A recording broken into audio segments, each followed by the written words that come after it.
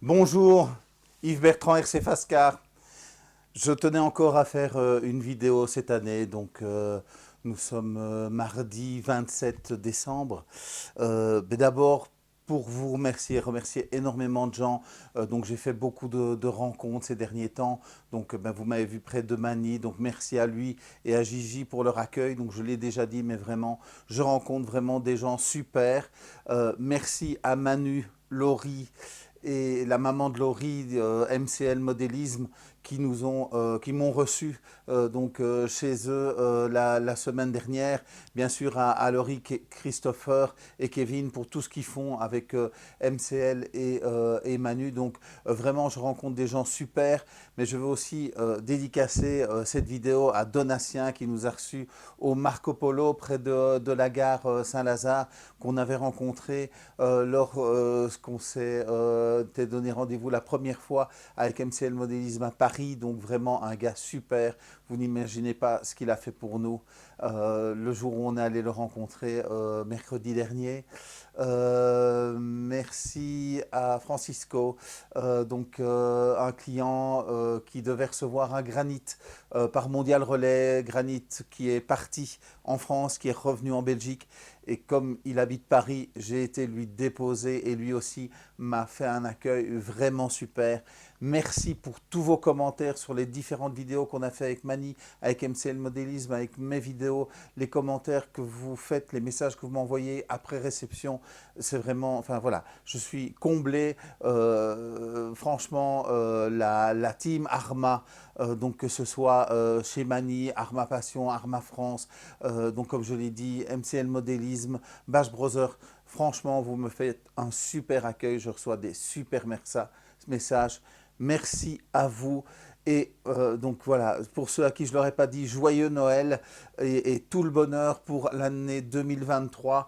Donc il nous reste un réveillon à faire, que tout se passe bien pour vous. Donc voilà, ça c'était la première chose que je voulais partager avec vous. La deuxième chose que je veux partager avec vous, c'est le contrôle du Kraton 4S. Donc on en a déjà fait un avec Mani, mais donc comme je l'ai dit dans la première vidéo des 4S quand ils sont arrivés, donc sur 7 véhicules, j'en avais 2 que je pouvais envoyer. Après j'en ai rectifié, il y en a un qui était que je ne pouvais pas envoyer, c'était pas possible, je ne pouvais pas l'envoyer au client. Donc je l'ai renvoyé chez Horizon. Ils me l'ont renvoyé, le problème de cerveau avait disparu, mais le problème que j'avais avec le SC, donc quand j'inversais le sens de marche sur la radio, les roues se mettaient à s'emballer toutes seules, voilà, sans appuyer sur la gâchette. Donc ce problème-là était toujours là. Donc je l'ai renvoyé, donc ça fait 2 semaines, ça fait 15 jours, et aujourd'hui j'ai reçu un nouveau. Donc je vais refaire donc, ce que j'ai fait avec Mani donc pour découvrir ensemble. Donc après 5 mois d'attente, donc on a reçu des 4S. J'ai reçu que 2 Outcasts. J'ai reçu plusieurs Kratons, hein, donc je pense que c'est une dizaine maintenant qui ont circulé par ici. Mais donc voilà, donc je veux refaire le test en direct, ouvrir la boîte. Donc voilà, donc ici il est encore scellé, enfin une deuxième fois, parce que comme les autres, je vérifie, mais comme les autres, je pense qu'il a déjà été ouvert une première fois. Donc voilà. Voilà, vous voyez bien ici, j'en enlève un, mais il y en a encore un en dessous. Hein. Donc voilà, on va faire ça ensemble. Vous allez découvrir effectivement en même temps que moi si ce véhicule, si je l'envoie sans le contrôler, donc s'il fonctionne. Donc pour rappel, sur les 7 premiers, seulement 2 pouvaient être envoyés directement. Hein. Donc on en a quand même eu plusieurs, hein, donc 2 plus celui qu'on a contrôlé chez Mani, qui n'avait pas de problème.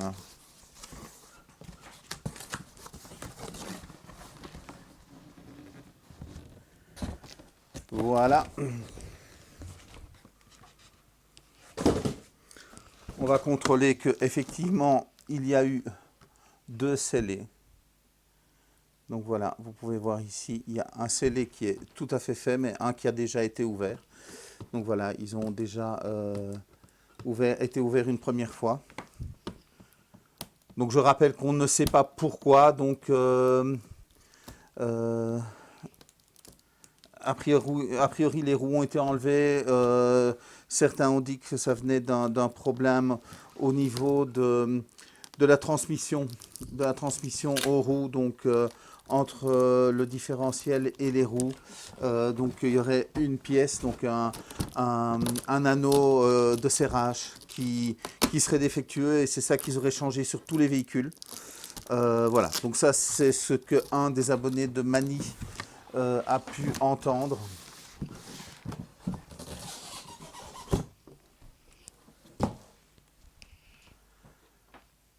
Donc voilà, je vous montre, hein. Effectivement, vous pouvez voir que la protection plastique a été enlevée pour permettre d'enlever la carrosserie.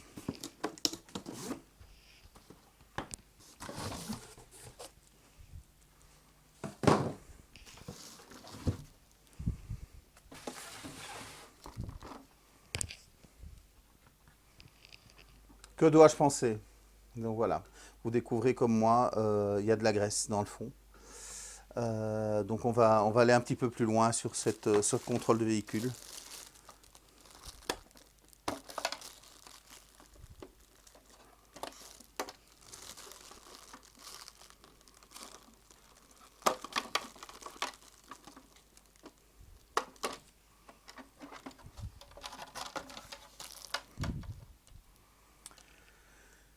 Carrosserie, ben apparemment ça a l'air bon au niveau des autocollants, hein. Donc c'est un contrôle que je fais, hein, comme j'avais expliqué lorsqu'on vous a montré ça chez Mani.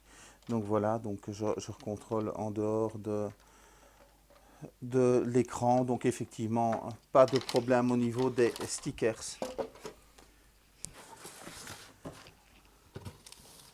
Le mode d'emploi est bien là avec les outils et les bagues pour les amortisseurs.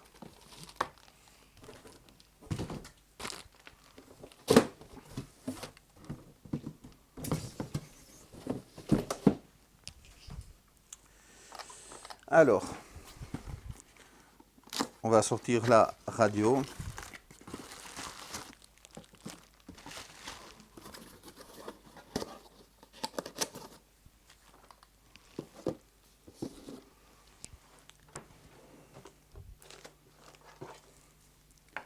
Une batterie, des piles pour la radio.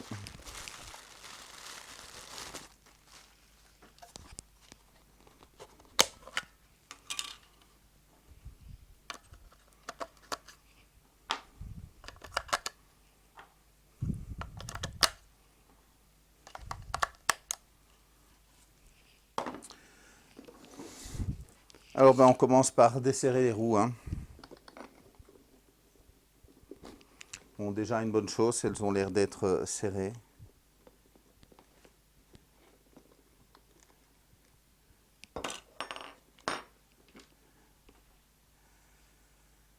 Donc voilà, a priori c'est bon au niveau de la colle. 286, je les pèse toujours pour un petit peu voir. Donc effectivement, s'il pourrait avoir un problème de ce côté-là, on ne sait jamais. Donc voilà, si le poids est trop différent, ben, je me poserai quand même des questions. Il y a toujours entre deux, enfin il y a des fois des poids exacts, on va dire entre 0 g et 6 g de différence.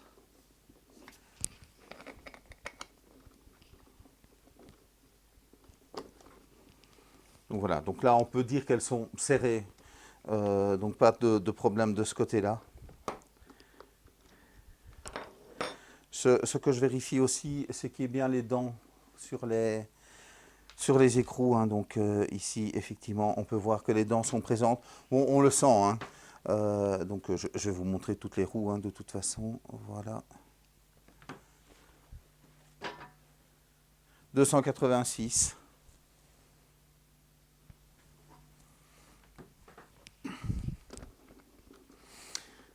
Pourquoi je contrôle les dents? Parce que j'ai eu une fois sur un véhicule, c'était un écrou noir, donc je suppose que ça devait être sur Sur un Fireteam, elles n'étaient pas présentes. Sur un des écrous. Donc, on le sent en les remettant en fait, hein, si on n'a pas le grip. Ça permet aussi de savoir si on le met dans le mauvais sens. Bon, je vais un petit peu vite et j'oublie de regarder une chose. Je vais le faire sur ces deux aussi, je le ferai hors caméra pour les deux autres, hein. Donc voilà, donc effectivement, à ce niveau-là, ça va. Mais donc ce que je regarde, parce que c'est déjà arrivé, donc que la pique soit bien là, à la tige, et que la vis soit bien là aussi. 286, mais on va avoir peut-être un quadruple égal.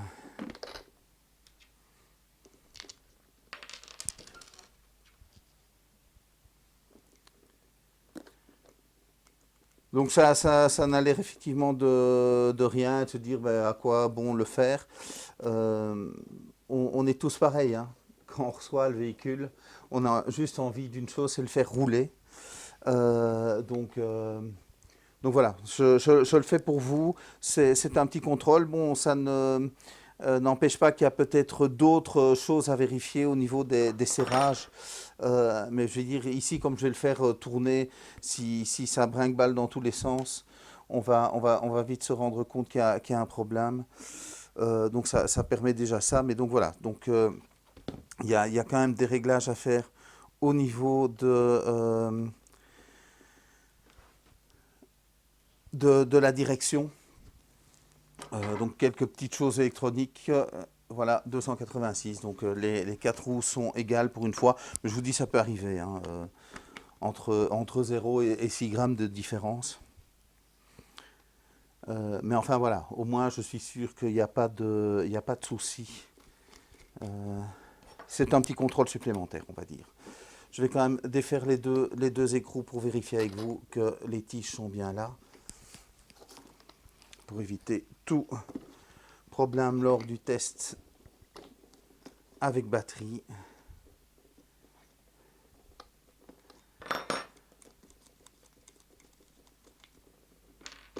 Bon, c'est arrivé une fois, hein, mais voilà. Mais une fois, ça suffit à me faire dire il faut contrôler à chaque fois.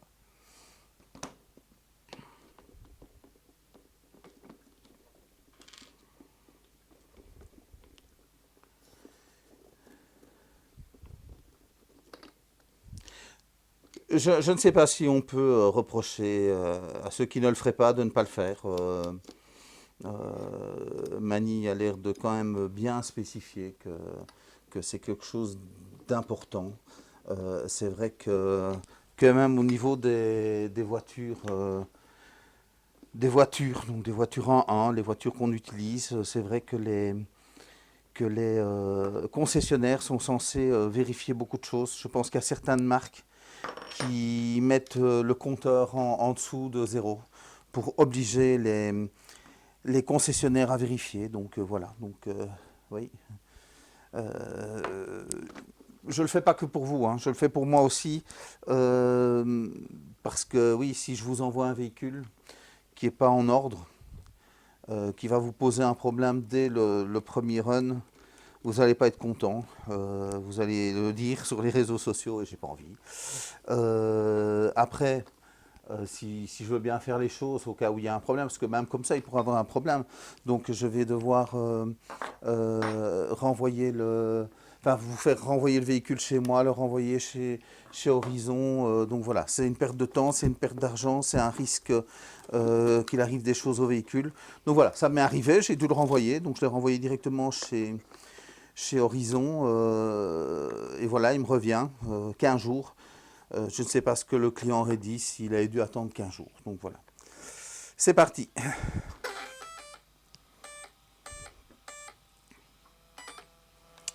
Donc je fais un gauche-droite. Je fais un gauche-droite réduit. Ok. Je fais donc ajustement fin. C'est bon. Je fais légèrement démarrer les roues. C'est bon. J'inverse gauche-droite. Donc là, je fais gauche, il va aller à droite. Ok, c'est bon. Je le mets à 50%. Et je teste.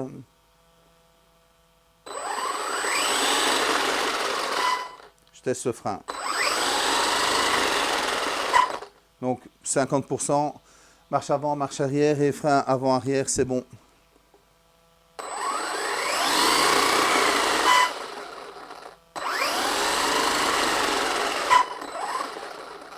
Voilà, moi je vois la différence, hein. Je ne sais pas si c'est visible à la caméra, je ne sais même pas si vous voyez vraiment le véhicule, je vais un petit peu le reculer. Et voilà, on est à 100%.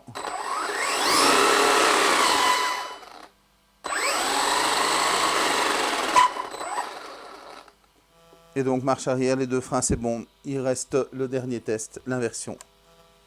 En tous les cas, ça ne démarre pas tout seul. Voilà, il a mis un temps à démarrer.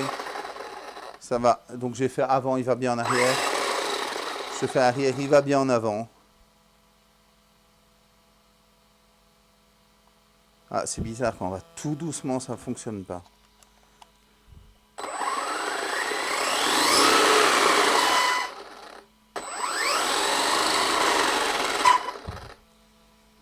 Je vais le refaire en allant vers l'arrière, donc vers l'avant, donc j'ai réinversé. Hein. Voilà, ça fonctionne tout seul.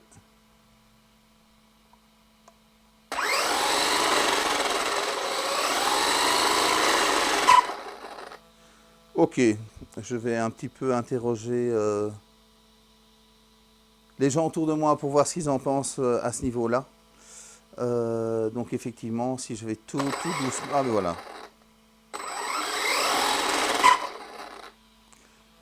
Ça a l'air bon. Ok. Eh bien voilà.